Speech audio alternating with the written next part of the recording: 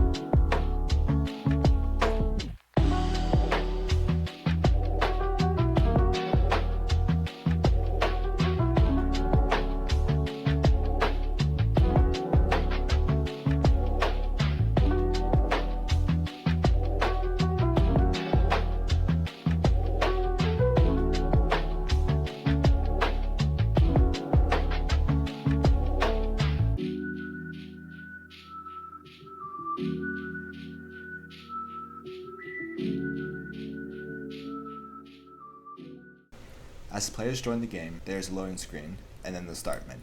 The menu has a list which contains the players, what abilities they each have, and if they are ready. In the start menu, the player can select an ability and see what the ability does in the description. When every player clicks the ready button, a countdown will begin.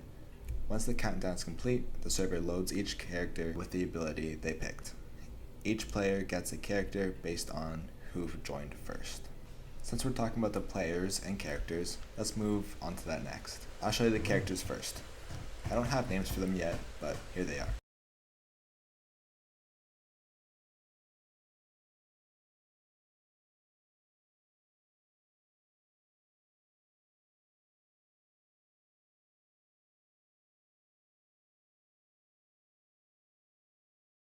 To accompany these definitely good looking characters, I found this camera effect while on YouTube. I'll put a link in the description, as I did make it myself. I wanted the players to be able to see their body, but I wanted to show more than just their body parts. I wanted the player to be able to see the accessories on the character. So I started to dig through all the default player controller code until I found this, the line of code that makes the character invisible. I don't see many Roblox games do this, which is unfortunate because I think it looks really nice. Moving on, I made the zoom system. I thought it would be fitting as the game is supposed to look like a recording instead of a POV.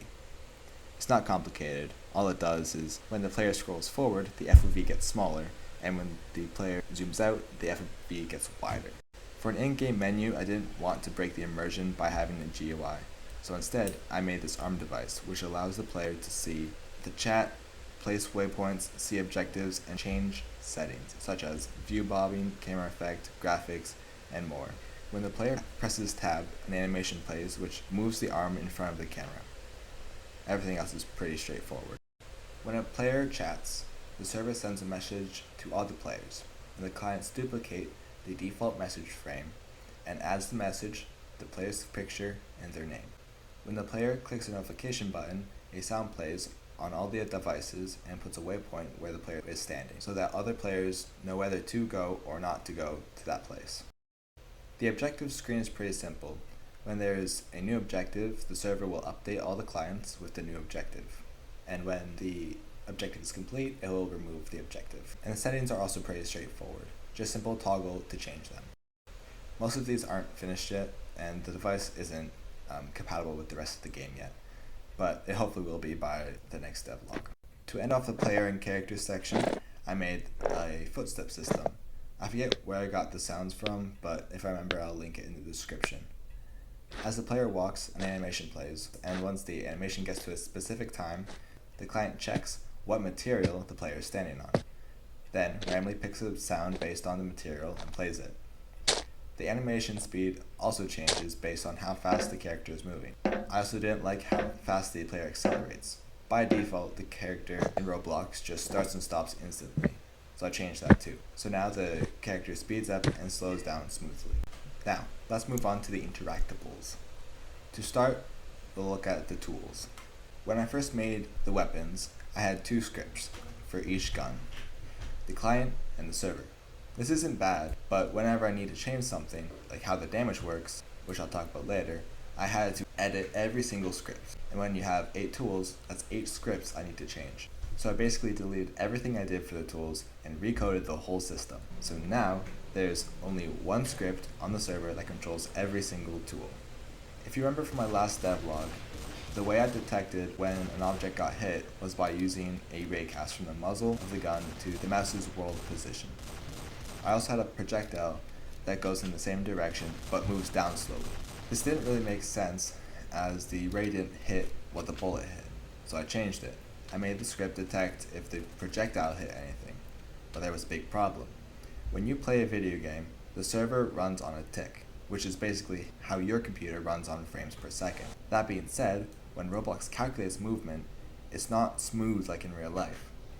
Again, like the FPS on your computer, objects move every time the server ticks. Usually this wouldn't be a problem, but because my projectile is moving so fast, the server might not realize the projectile went through an object. Here's what I mean. If this object is moving at 10 studs every frame, then it's possible that the object could be on one side of the target on one frame and the other side of the target on the next frame. Anyways, that's not going to work. So what I have done is this. I ran my own physics simulation. Yes, this took a while. What happens now is when the player shoots, a line is drawn from the muzzle of the gun in the direction of the mouse for 5 studs. Then places a point at the end of that line. Then another line is drawn from that point in the same direction but a very small angle down to simulate gravity. Then that repeats over and over and over again until the line is 300 points long. After all the lines are drawn, the projectile is moved along the points. Each time a projectile moves from a point, a line is drawn for 5 studs to check if the projectile will hit anything. And if it hits something that's living, then it applies damage to the creature. With this system, I can calculate the angle which the projectile hit an object, which then allows me to make the bullet bounce. I can edit the angles to make it bounce realistically, or I can change it so then the bullet goes in a loop.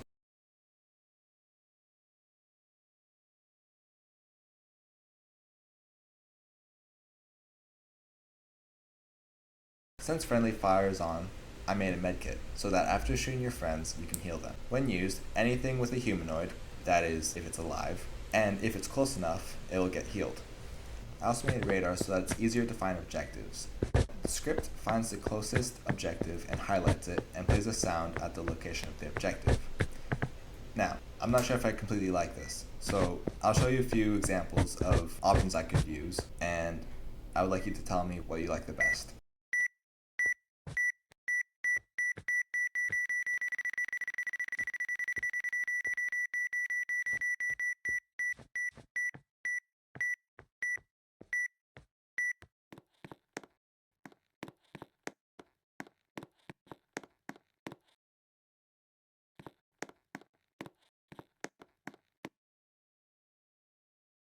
For the objectives, I made an objective where the player clicks the highlighted buttons quickly or else they fail and have to start all over again. Once they click the green button 10 times, the objective is complete. In my last devlog, I showed a basic objective for fixing a generator, but just holding F was really boring. So now you have to connect the right wires based on color.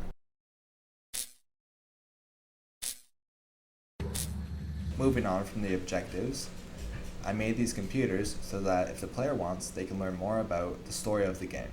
These aren't needed to win the game, it's just for those who like the story. There's a photo tab, an email tab, a note tab, and a profile tab. The photo tab will have photos of the NPC's adventures. The notes app is kind of like a diary for the NPCs. There's also an email tab, which will be the NPCs communicating to either the company or maybe family members or something. And there'll be a profile tab, which will let you know whose computer it is. I also made a bulletproof vest. so that if and when your friend shoots you, you won't take as much damage. As I'm sure you've already noticed, I have made custom proximity prompts. They're very simple, they don't do anything special, but they look a lot better than the default proximity prompts. They have text to tell you what it is, what the action is, and what key needs to be pressed. Again, very simple, but it looks a lot better. Now, to end off this video, let's talk about the enemies. I haven't done too much with these, as I don't really know what monsters I want, or how they will work, or how they look, or the story behind them, or anything really. I haven't really thought about the monsters too much. But I have made this. When the player looks at the monster, it hides from the player's sight. In the monster's model, there are points, and the script draws a line between each point and the character's head. If there's something blocking the line, then the point is added to a list. Then, a random point is picked from the list, then the monster moves to that point. To check if the player is looking at the monster, the script first checks if anything is blocking a line between the monster and the player's character. If nothing is there, then the script checks if the character is facing the monster. It's a little complicated, but to put it simply, it uses the angles of the character and the position of the monster, and if the monster is in the direction of where the player is looking, the monster hides. Yeah, pretty fun. Well, that concludes the enemies. I don't really know how to end this video. I didn't really write the script that well. But thank you so much for watching. Sorry that I haven't posted in a while.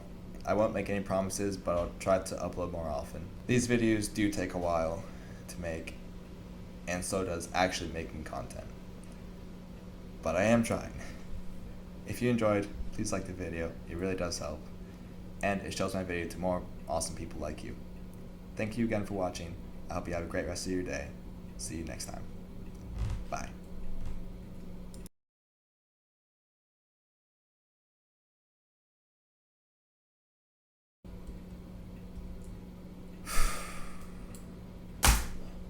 Well, there we go. Another YouTube video recorded. I'm terrible at writing scripts, man. This sucks.